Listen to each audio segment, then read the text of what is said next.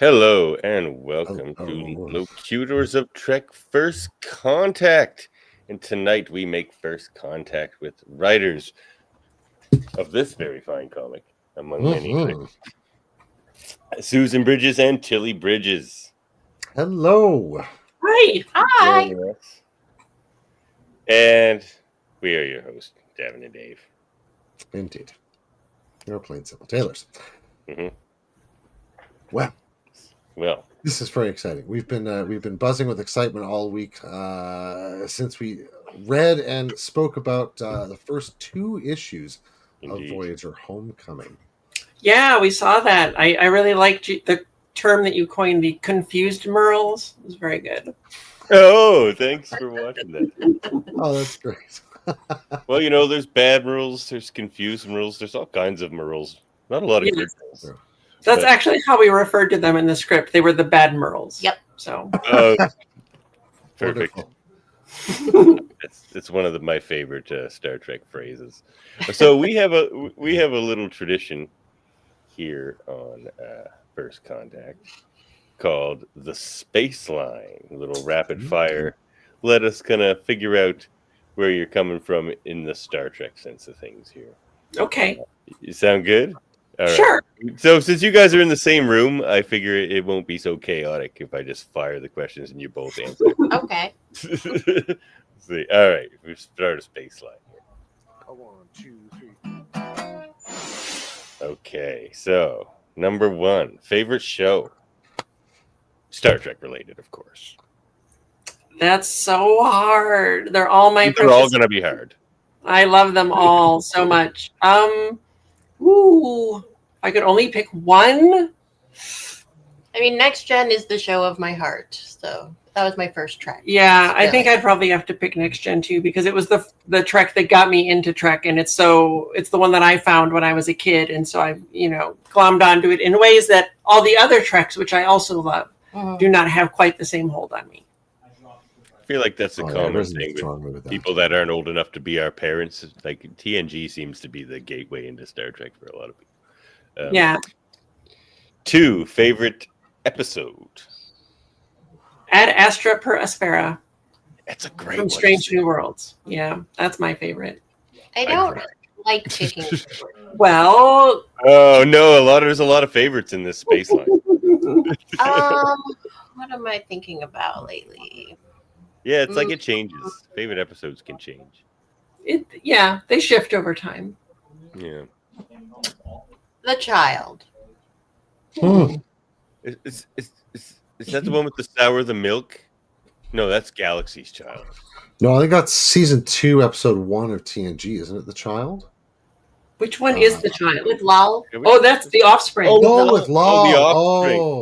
Yeah. Oh my God. That's always my high number 2. It was my number 1 until Ad Astra per Aspera. Yeah. But every time someone asks what my favorite episode is, it's going to be different. You answer that question different every time you've been asked. So that was a good answer though, because now I'm thinking about the Offspring and I'm going to start crying right now. That's an emotional episode. Yeah, it's tremendous.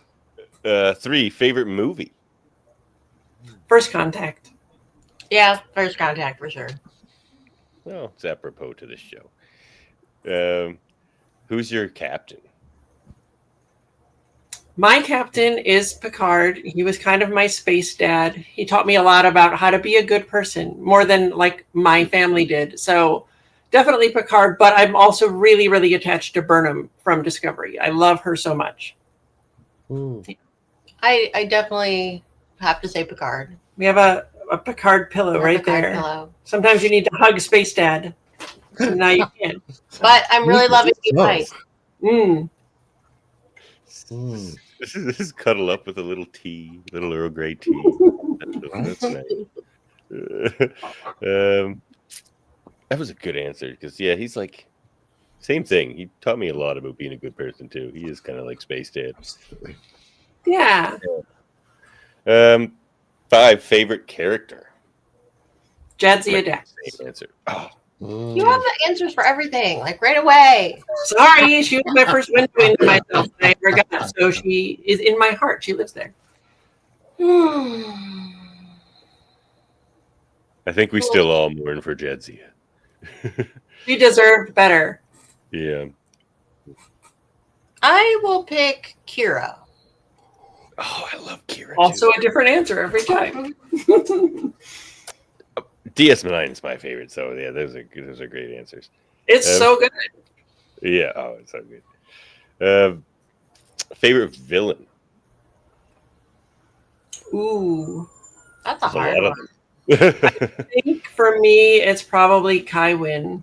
Oh, that's a good answer. I love to hate her so Oh. much, more than any other. Oh yeah. Yeah, Oh, okay. So yes. wickedly ambitious. It's just, Right? And she's so like passive aggressive and condescending. Oh, she's so great in how evil she is. Yeah. It's a child. You walk with the prophets. With every my child, you just want to scream at her. Stop it! Oh yeah. It's like, I didn't vote for you. It's like, Oh, Yep, you're yeah, just Kai Wynn. no answer? Yeah, Okay. that's a really good one. She's a good baddie. Yeah. Great actress too. Yeah. Favorite alien species? Ooh. I think mine has changed. Lately, I've become very enamored with Andorians. Interesting. Yeah. There's a lot there I would love to explore as a writer. Oh, and we just haven't seen enough. No. Yeah. What happened with Shran and Enterprise and all of those windows we get into the Andorians. Oh my in gosh, that series right? is one of the best aspects So of that good. series. Yeah. Yeah. But I think I know what your answer is. Vulcans. You love a Vulcan. But that's like so stereotypical. Everyone loves Vulcans. They're great. But you love like a cranky Vulcan. I do love a cranky Vulcan. Yeah. When they're just so put off by humans. Yes. It's It's They'll like- relatable. never admit to loving us back. the Enterprise Vulcans are very good. Planet you would most like to visit? It's okay if you say Ryza because 99% of our guests say Ryza. I don't even have a Horgon. I can't go to Ryza. Right? Um, You gotta have the Horgon. I True. think outside of all of the oppression, Bajor seems very nice. But you know, it's Oh, the beautiful. front of several wars, and that's not great. No. Vulcan's too hot. Yeah. And Doria's too cold. Very You need a happy middle.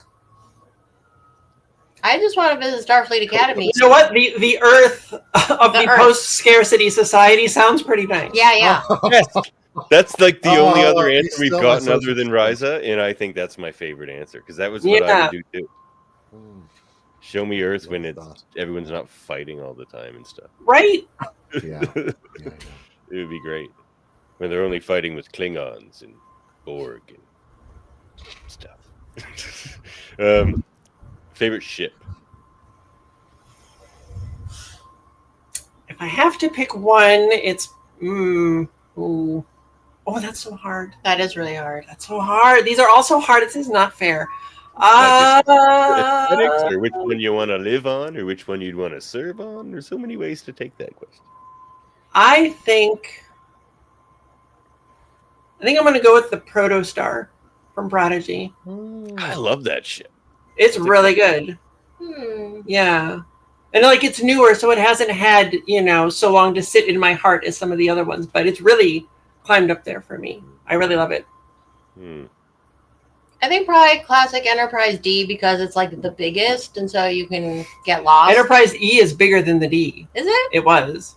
Okay. We only saw it in like 2 movies, but Well, I just want to be able to wander away and, crawl to a Jeffrey's tube and hide for a while. they all have Jeffrey's tubes. So I think that would be nice. You want to get away from humans is what I'm hearing. A little bit. Deep space. Just the Deep space relaxing is good thrum for of the solitude. warp core to lull me to sleep. Yes. Oh, yeah. And last one, Well, if there's you're up some on great your YouTube TOS channels that lingo, have that on there. Sorry, biggest go ahead. Herbert. I'm sorry, what was that? There's a garbage truck outside. I can't hear. Did you get it? No. I still didn't get it. Reference? Biggest Herbert. Herbert. Remember I don't that? remember. Remember the TOS episode? Okay, it was the space hippies, right? Yeah, and so it's like, who's the lamest Star Trek character? Who's the biggest Herbert? Who's the big? You don't remember the space hippies from TOS? Like Herbert, when like they're being, they're playing and they're like half naked playing I instruments. remember that. Everybody's half naked on original series. That is true. Who is Jellicoe? He's a buzzkill. Oh, he's the worst. He's such a Herbert. Probably his middle name. Edward Probably Herbert. is. Probably his first name and his middle name. Herbert Jellicoe. Well, now I can't think of anything else. Oh, well. Okay. He's pretty bad. All right. We'll be here too long, so let's move on. Okay. All right. Yeah, well, that was. Well, thank you for playing. Yeah, for sure. So what's your origin with Star Trek? Yeah, kind of like what I mentioned before. I found it when I was a kid. I'd like seen original series here and there, you know, but I was never like, it never really totally grabbed me. But then I found Next Gen and I was like, wait a minute, this is the greatest thing I've ever seen. And I fell all into it, and I've just loved every minute of it ever since. All of it, including TOS. You know, we've gone back and we have done whole Trek watch throughs in release order like multiple times, all like 800, 900 hours of it. So we've seen it all so many times, and I love it all. You know, but yeah, we met writing Star Trek fanfic. Yeah, we did. Really? Wow. Like on like one of the message boards or like something like that? Yep. Awesome.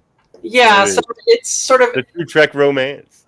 Yeah, it's completely intertwined with our entire relationship and my whole life pretty much since I was a kid. So yeah, it was kind of like role playing. Like, you know, each of us had it was like a combo fanfic role on playing a ship, like thing. Yeah. So we each like wrote stories from our characters' perspectives. It was very nerdy. We are giant nerds. You were the captain. I was. What was the name of the ship? Nice. That's classified. I'm sorry, we cannot tell you. Okay, that's fine. Oh, no. The USS Classified. That was the name. That's yeah. Wow. So, yeah, I probably shouldn't just jump right into Voyager because we're gonna have to talk about Voyager for so long. So I saw that you were was your first gig with Star Trek on the Star Trek Adventures game? Yes, that was our first official Star Trek that we did. Yeah, we've written a bunch of stuff for them. We're still working on stuff for it here and there. So yeah. Dave,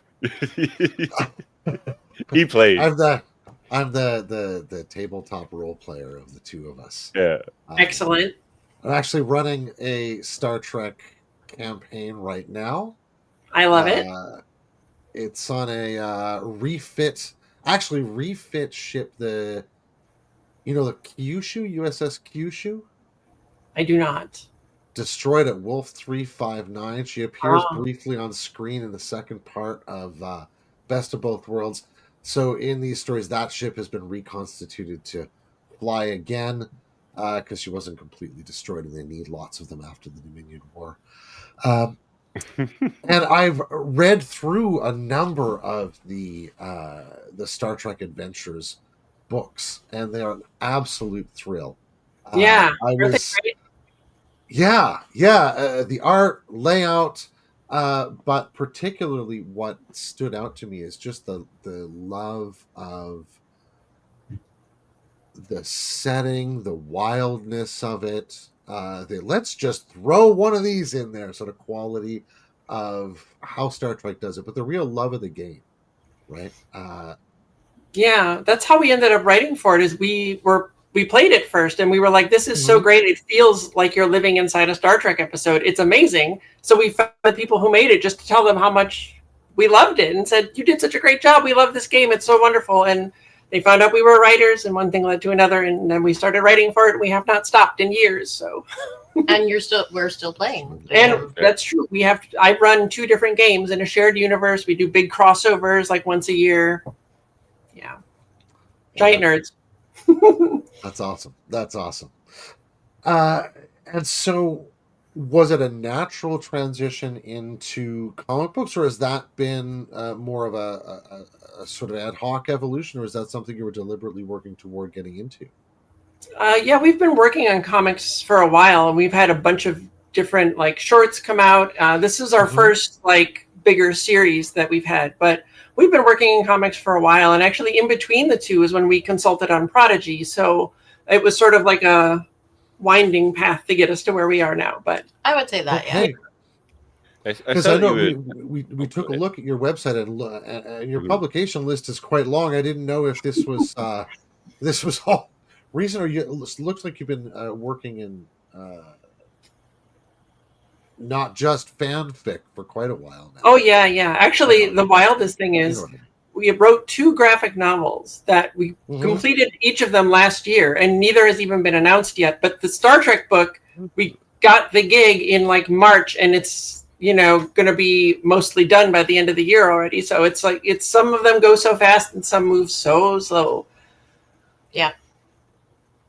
So did you pitch that story? Did you guys be like, look, we want to pick it up right where Voyager ends? Because that's just like, I would be almost afraid to go. That's so bold. I love it. We were actually pitching a different Star Trek story, and we were working with Heather Antos on that. But somewhere in the middle of that, she asked for Paramount came to her and said they wanted a Voyager book to celebrate the 30th anniversary. I think not realizing that comics generally have a pretty long lead time, and they didn't do this until I think it was March. So there was not a lot of time to get this book done and get it out in time for the 30th anniversary. So she asked us, she's like, do you have a pitch for a Voyager book that like centers around Janeway? And we said, we can definitely get you something. And so we sent in like 5 different pitches, I think. And the one that Heather liked, that IDW liked, that Paramount liked was what the book became. It's, we loved Voyager, we love Endgame, and yet it's a little sad because you don't get to see those reunions. And so let's pick up from there and actually get to see them get home. And that's the one they all went for. So even though like we did a lot of research for the other ones, like different points in Janeway's career. This was the least thought out. This was the least thought out one. We tacked it onto the end. We're like, or there could be this one. Like here's a giant paragraph and a giant paragraph pitch, and there's like one sentence. Or we could just, get them home. And they were like that. Let's get them home. So So should I not drop spoilers from this comic? I don't know how much you guys want to talk about this.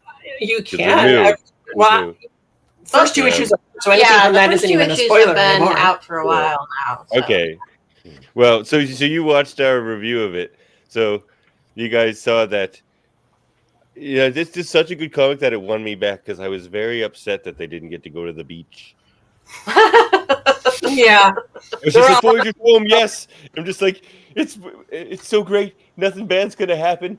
It's just like, I remember I was reading a comic book and like you've only got like nowadays like 20 pages to make your case in the first issue of a comic. You got to jump right in. Like that's the thing. Yeah.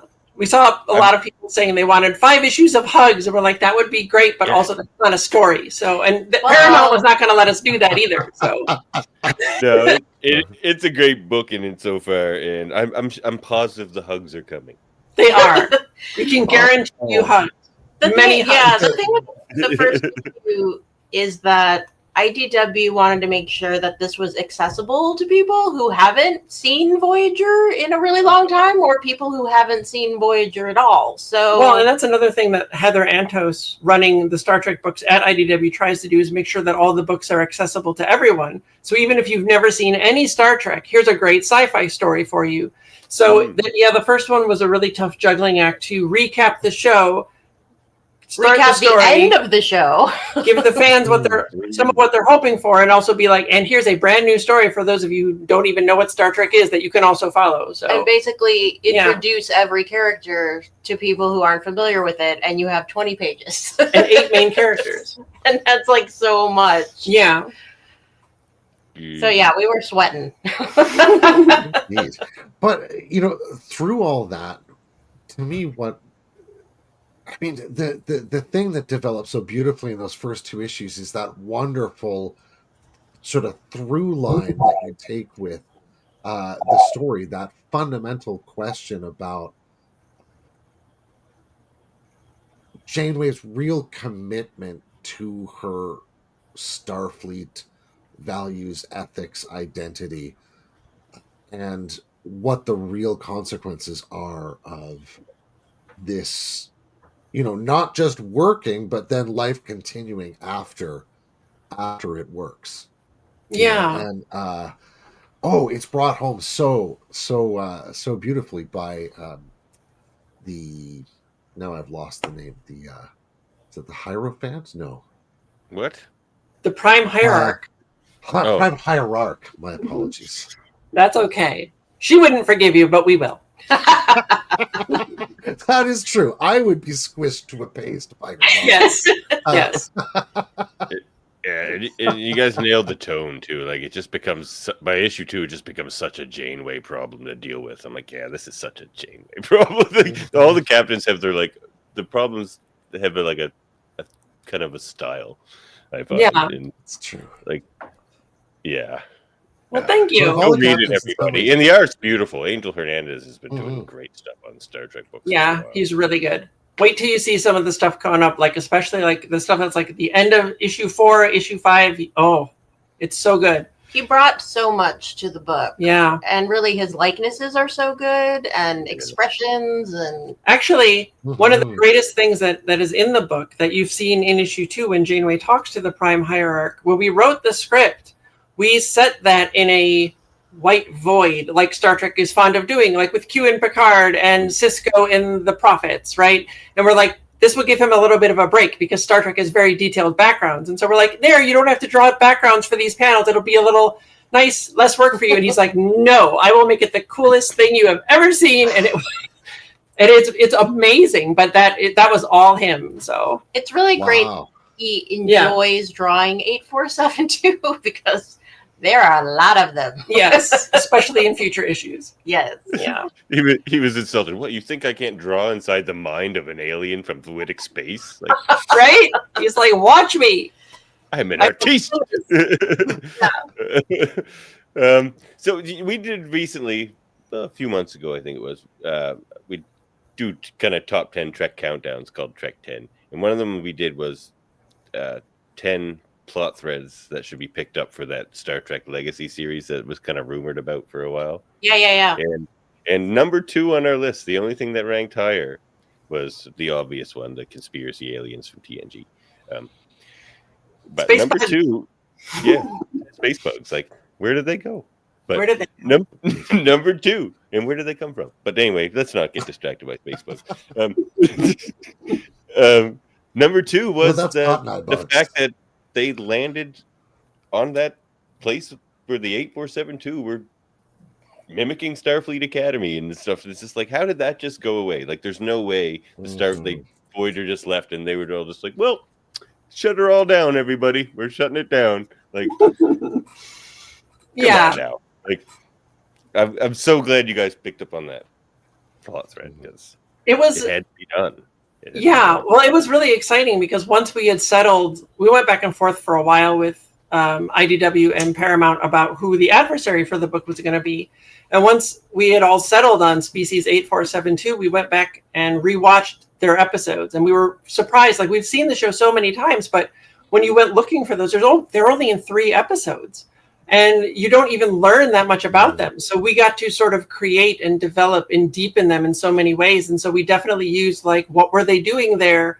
Why was that? What were they called? The Terraspheres. Terraspheres. What were they doing there? What that obviously was going to lead to something. What was that? Why were they doing that? And, you know, there's that sort of line that Boothby has at the end, fake Boothby, where he's like, you know, I'll take this to my superiors, but I can't promise how they're going to react. And we're like, yeah, how would they react? Let's talk about that because Janeway messed some stuff up with you. So they made a lot of enemies in their time out there. Yeah. And it was really a cool thing to get to dig into their whole that was character stuff. Part of the fun with Janeway is that she's in such a difficult situation. And so, like, the characters made some mistakes. Like, I don't think the writers of the show did, but like intentionally, the character Janeway did not always get things right, but she stuck by what she thought was the best thing for her people and the most ethical thing in every situation. And so, that didn't work out quite the way she might have hoped with them. And so it was nice to give her that realization, like, you know what, they have a point. We didn't handle things very well with them, and I can see why they're upset. So it's, they have, like, I think you said this in one of our other interviews, it's always good when the villain has a point, even if they're not right or they're doing things wrong, but you can see where they're coming from. Well, this brings me to maybe, I don't know, it feels like maybe a bit of a meta question, but you've both known and watched and rewatched and loved and written and played and written for others to play all sorts of Star Trek things. So one of my enduring fascinations about sort of genre and that sort of thing is how we get to know what something is. Like, we get to know a person by the sound of their voice, their face, that their hair looks like, how they move and react to things. What for you makes something a Star Trek story as opposed to another kind of story, even another kind of science fiction or spaceship stories? I think like the core of it for me always comes back to IDIC, right? That's the core of Star Trek. That is the core of Starfleet and the Federation, infinite diversity and infinite combinations. If you don't have that, then you don't have Star Trek. Yeah, but it's really interesting, like what you said before about Janeway and what Starfleet and everything means to her, because that was one of the things we wanted to sort of explore as like the thesis of this entire series. So by the time you get to the end of issue 5, you're going to find out exactly what Starfleet and the Federation mean to Janeway.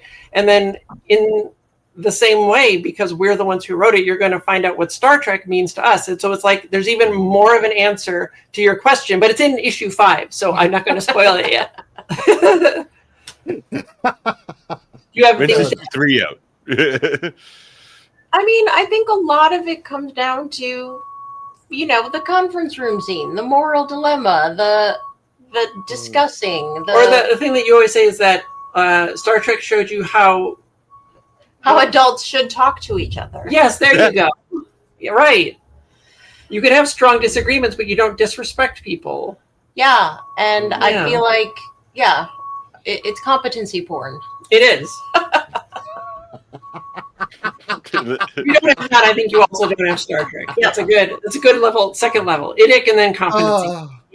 They're so good at their jobs. Yeah, especially like on TNG, they get a little bit messy on DS9.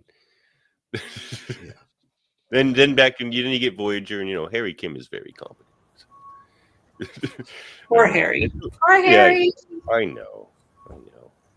But he was just that kid. He wanted it so bad. They were never going to give him what he deserved. He wanted it too bad. I was curious. You were sensitivity coordinators on Prodigy. Was that around like the character Zero? Yes, it was specifically about Zero, because in season 2, Zero has that arc where they go to a planet and get an organic body and get to experience sensations that they couldn't before. And one of the producers on the show is a friend of ours, Aaron Waltke. And I have done a lot of writing about trans issues and trans allegory in media. And he came to me and he said, we think we could make this story that we're planning with Zero a really good trans allegory for the experience, like for all the trans kids watching the show. And we want to be sure we get it right and don't say harmful things or mess it up. And so they brought us in and we went over all the scripts and gave them notes on, little tweaks that they could make. And that was a joy to work on. And it was also really hard to sit on all of those scripts for 2 years until everyone had seen them, because there's some amazing stuff in season 2 of Prodigy. Oh, it's amazing. I was definitely one of the Save Prodigy people. It got so good. Like the last 2 episodes are just so good. You're like, what? That's it? And that Zero episode's really great too. Yeah. Came out wonderful. We were very happy it eventually did come out, though. Yeah, because it looked like it wasn't going to. Yeah. When Nickelodeon stopped it. Yeah, and then But we Netflix are took it. very happy that it did. Yeah. Found a home. So weird. That one should have kept going. Anyway, it's hard to figure out those executive decisions sometimes. Yeah. Yeah. But yeah, I mean, how good is Ad Astra per Astra? Should we talk about that again? Yeah. What a brilliant narrative. I mean, as a contained single story, yeah, I mean, it's one of those, almost perfect episodes, There's a few for me, Balance of Terror, Sure. Darmok, there are a few. We could, And maybe it's a classic the Drumhead, maybe, Trek courtroom drama. It's a thing that they know. Absolutely. Although Yeah, that's the thing also that I've said like a few times in like interviews that we've done is that it feels to me like Star Trek has become like sort of a medium of its own, like within sci-fi, because Star Trek can do legal drama, it can do horror, it can do comedy, it can do political thriller, it can do action, and so it's like you can fit anything within a Star Trek story, and I really love that. It can be anything. Oh yeah, like the Next Gen episode where they all devolve. I love that episode. Oh yeah, when Worf turns into a bug. Crazy spiders. Yeah. Oh, that one was awesome. It was so good. Oh, yeah. And it could be heartfelt family drama, like The Visitor from Deep Space Nine or The Offspring. Come on, every time. It Just can tears. be every kind of show. Yeah, and I love that about it. It's so versatile. Yeah. Me too. I know. When I first found TNG, I was just like, how did I just find this now? Because it had been out probably 5-6 seasons by then when I found it. I was like, what? Nobody tell me this was the best show ever. No one at high school was talking about this. It's like, yeah, I mean, I did have a question about, you crowdfunded a short film? Yeah, that must have been very rewarding. Like everyone's just like, yeah, here's my money, go make this movie. Like, it was nerve-wracking for the month that it was open, wondering if we were going to hit what we needed to fund and pay the cast and crew and all of our film festival submission fees and everything. But yeah, It's a very small budget and a one-day shoot, so there's a lot of pressure when you have only one day. Yeah. But it came out great, I think, and it's out at festivals now, and we'll be playing festivals for like the next year or year and a half. So, yeah, it was a really exciting and rewarding thing to do. And our producer, the lead producer of our short, was Dr. Erin McDonald, who was the science consultant for Star Trek. Yep. Oh, right on. she's great. We've had her on to talk about astrobiology or astrophysics. Yeah, she's so great. Yeah. We love her. So back to Star Trek Voyager Homecoming. So I definitely read this in all the characters' voices. Now, Excellent. Did you write this in the characters' voices? Like you're sitting there and you're like, thinking in Janeway's voice, it's like pecan pie. I sort of. It feels like we've seen it so many times. They kind of live in our head. So it's like like if you're reading a Trek novel, you hear them in your head, their voices, and so we've seen it so many times that their voices came really easy to us. It was very easy to write in their voices. Yes. And then we had to cut a lot of lines because this is a comic book and not a television show where they get to say a lot more words, like so many more words. Yeah. Even especially the Doctor was the most painful one. We had to cut so many things because he talks so much. He's very verbose, and we'd love to let him be verbose. We wrote these giant lines for him that were so funny and long, and now we have to cut that down by a And two-thirds. usually we don't overwrite that much, but it was fun. So what does your process look like, if you don't mind talking about it? Do you sort of go and write your pieces, come back and compare, or is this like a whirlwind conversation? How do you work together? We brainstorm the story when we're doing the outlining stage. And for this project for IDW, they wanted outlines for each issue. So it was like a 1-page bunch of paragraphs. Here's everything that's going to happen in this issue. Here's everything that'll happen in issue 2. And then just for our own benefit, for every comic, we do a page by page outline so that we can track where the different act breaks are. Is the pacing right? It's really hard to pace well in comics, and try to put little mini cliffhangers at the page turns. Be sure you're lining things up right if you have a double page spread or something like that. So we do those together and we go back and forth. And then I'll generally do a first draft and then I send it to her and she tears it up into pieces and makes a whole lot of it better and sends it back to me. And then I do the same thing and we do that and do that and do that until we're both happy with it. And then we turn it in and then we get IDWs and Paramount's notes back and we do it all again. There are a lot of people giving notes on each issue. So, yeah. Really interesting.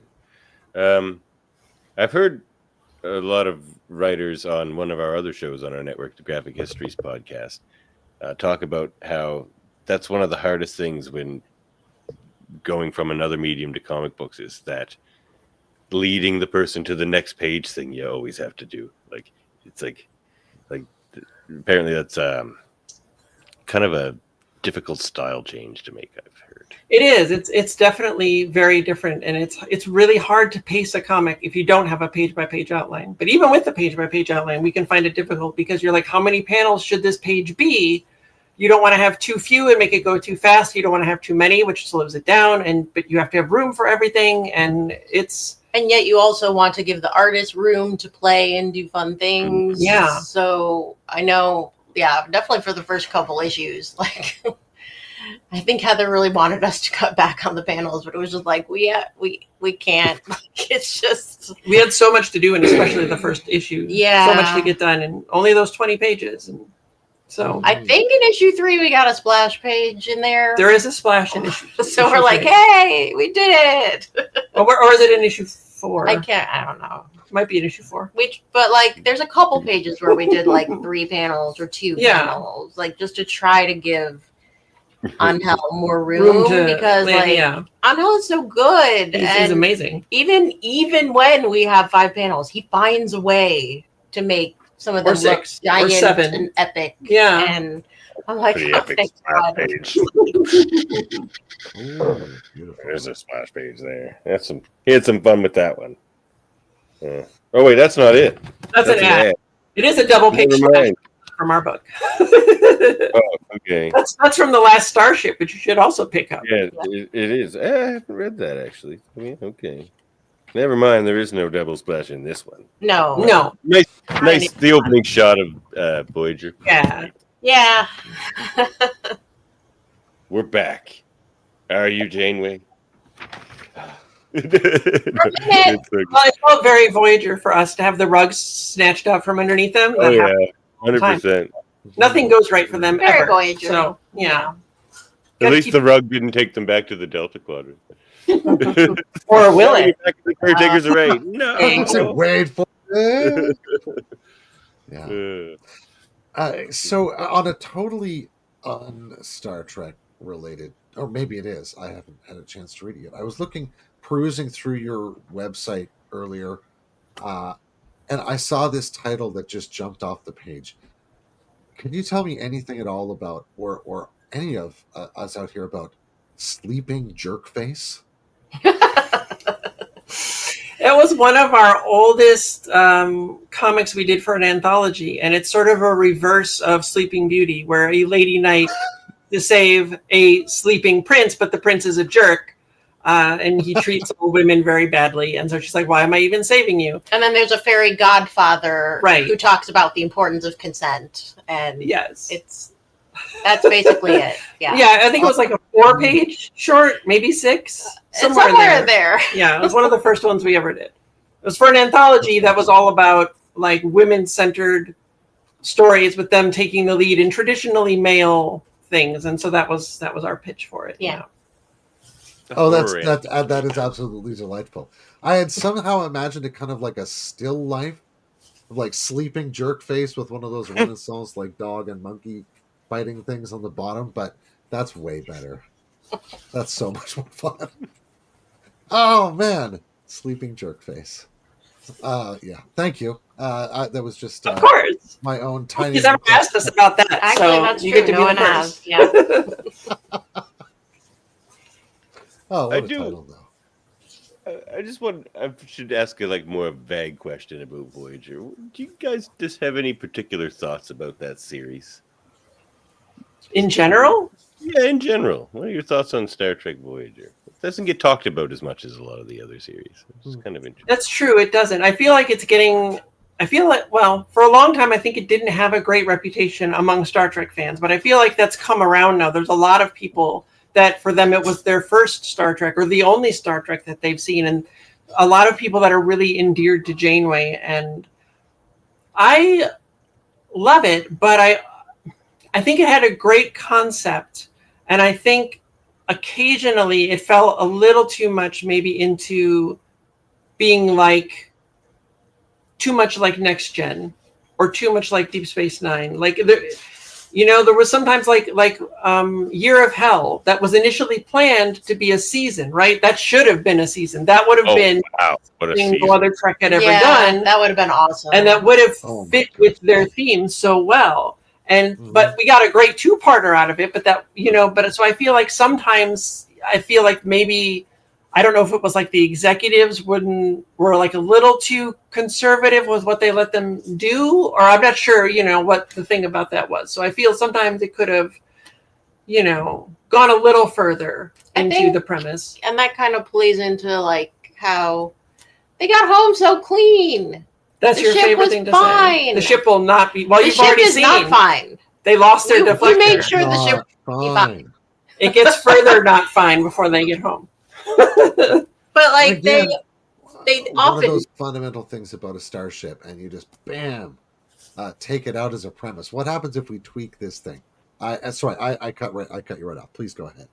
No, it's fine. Yeah. I just really wanted it to be like cobbled together from a lot of different things, like whatever they could find out there, different ships, different pieces, like I think that would have been really interesting. I really like some of the early stuff they did where they had like replicator rations and they were always trying to find supplies, and then it sort of fell off in later seasons. And I was like, it should have gotten more difficult for them as they went on, And great. Yeah, so I think things like that they could have, kept going a little longer or explored a little more maybe. Yeah, that would have been great.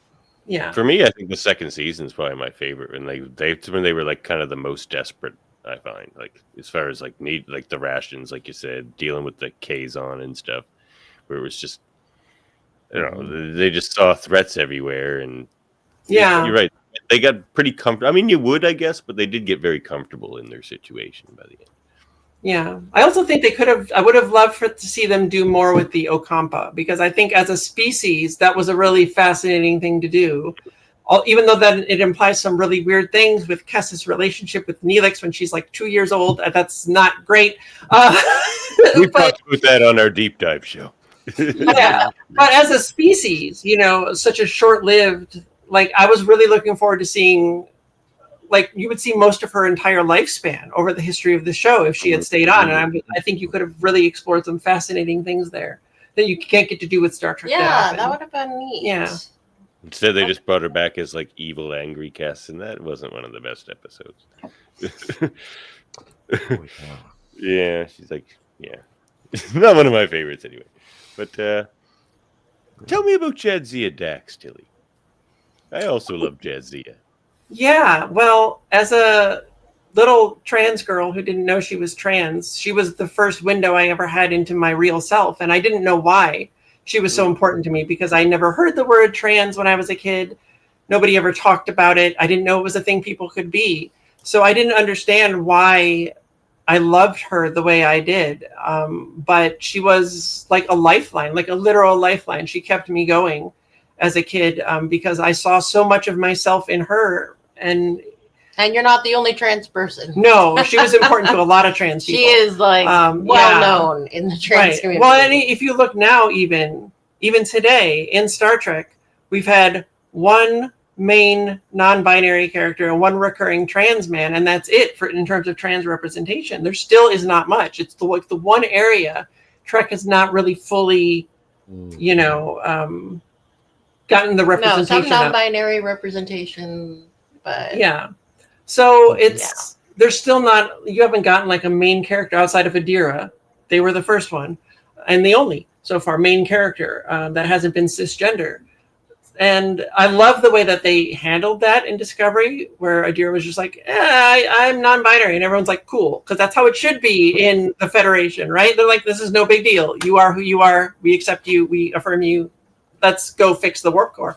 So, but yeah, so Jadzia was, super important to me. And it was absolutely devastating to me when she died on the show. She was killed off most rudely. Yeah, I mean, it wasn't even like if it had been like a heroic death saving people or something, but it was just like a cheap, meaningless. Oh, it broke my heart into little tiny pieces. I keep a list of 50 things I hate about Gul Dukat, and that's He's also a great villain. He is one of the best performances ever, but I hate him. I just hate him. Yeah. Like to me, he's worse than Kai Wynn. I just think she's her own thing too, but well, it's interesting what you said there. Consummate comprador, Anyway, what about how Adira and everyone's just like, yeah, cool, and whatever. But it was kind of it was nice to see that even from a very elderly Klingon character in DS9, where he's just like, Curzon, my beloved old friend. She's just like, no, Jadzia now. And he's just like, Jadzia, my beloved old friend. Yeah, that's become a meme that like trans people share around all the time. Yeah. Like, it's this easy, folks. What's your problem? The Klingons can do it. It's that simple. So, yeah. I don't think, I talked with one of the writers from the show a few years back, and he said as far as he knew that like there was no intentional transness put into Jadzia or the Trill, and that it was more just like an accidental thing. But so much of it, like the last time we watched Deep Space Nine, I took notes all the way through for like a write-up I'm going to do about her someday. And it was just like so many things speak like almost directly to the trans experience. It is absolutely wild to think that none of the cis writers writing her had any idea they were doing that, but it happens because trans people are humans. We all go through similar things, so that's true. Well, and it's one of those things that struck me particularly about the relationship.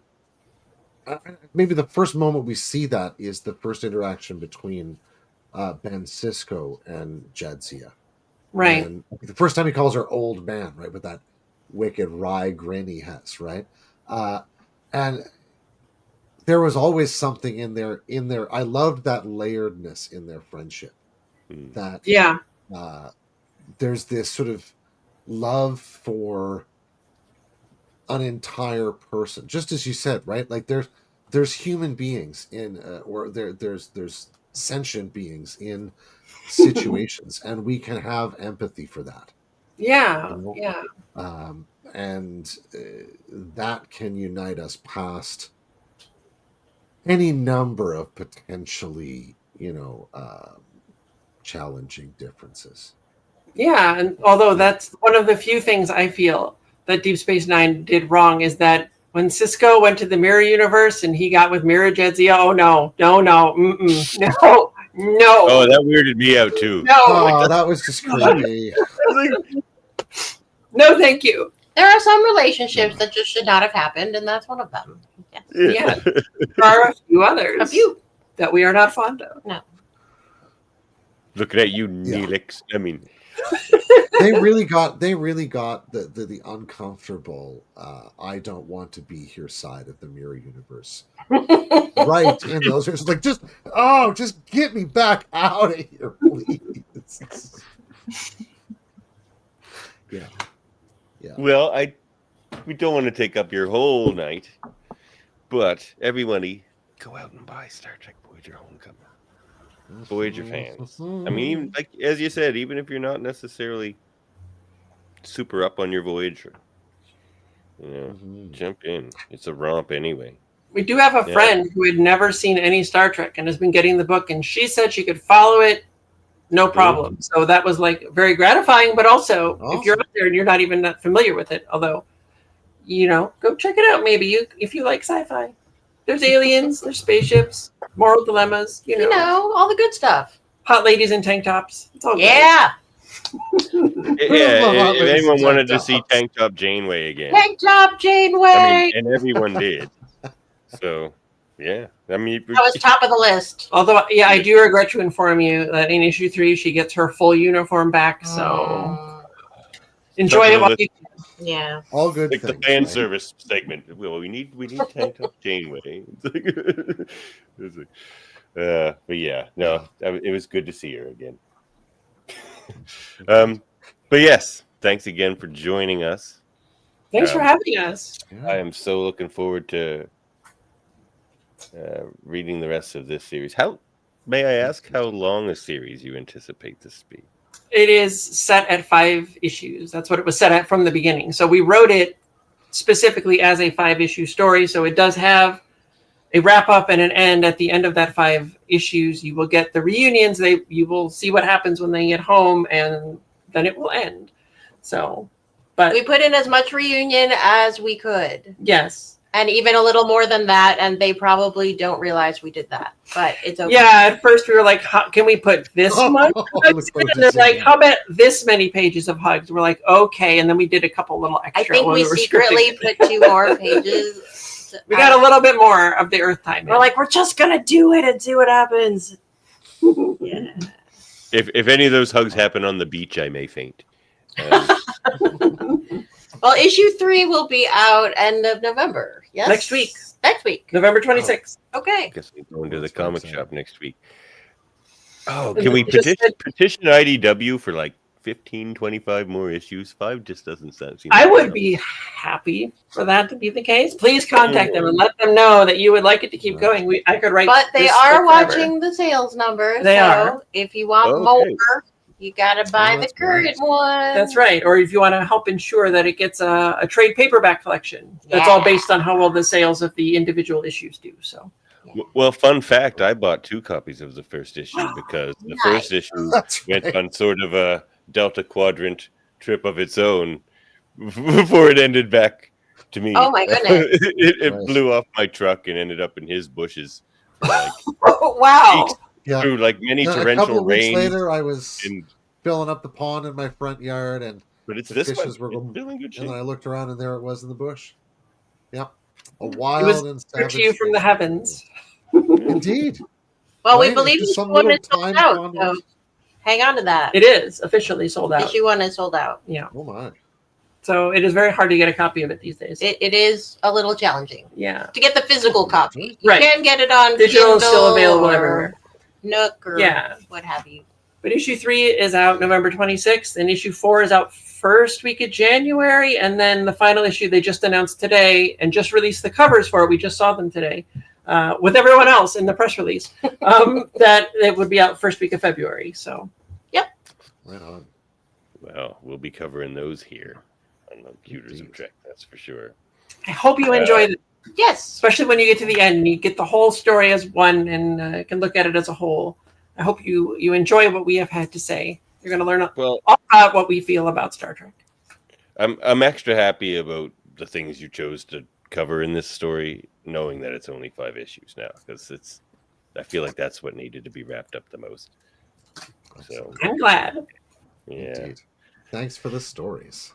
Mm-hmm. So Thank I you guess for there's all only one thing. Words. Yeah. Is there anything else you guys want to plug before we get out of here? Oh yeah. I don't think we have Yeah, anything to ask plug right now, do we? No, you can talk two about it, I guess not, eh? graphic many novels NDP. haven't been announced yet. No. We wrote an episode for a new animated show that we are not allowed to talk about yet. No. Oh, we If it's turned Star Trek related, don't think no. at all. it's maybe Star Trek adjacent, but it is Yeah. not related. No. It's spacey. You have revealed the Save thing. Prodigy is not Prodigy season 3. Save Prodigy. Is that I the thing? wish. I wish. It is not Alas. sad. Yeah. Yeah. Indeed. Well, Well, it was really lovely to have a chance to meet you and speak with you. Thanks This so has much been for joining great. us. Yeah, you're Thank both you so wonderful. much for inviting us. Oh, You're both we're wonderful. so glad you chose to join us. This has been tremendous. Oh man, maybe we'll be able to Well, speak that's again okay. sometime. Sure, anytime. Just let us know. We'd be happy to come back. Oh, that'd be awesome. Let us after you get that last issue because there's not enough beach time. Oh, Let us know. yeah. We may have to talk about it. We may. Yeah, Okay. these things are important. We'll score you on beach They points. are. And we'll get that. All right. All right. Well, there's only one thing left to say. Indeed. And transmission.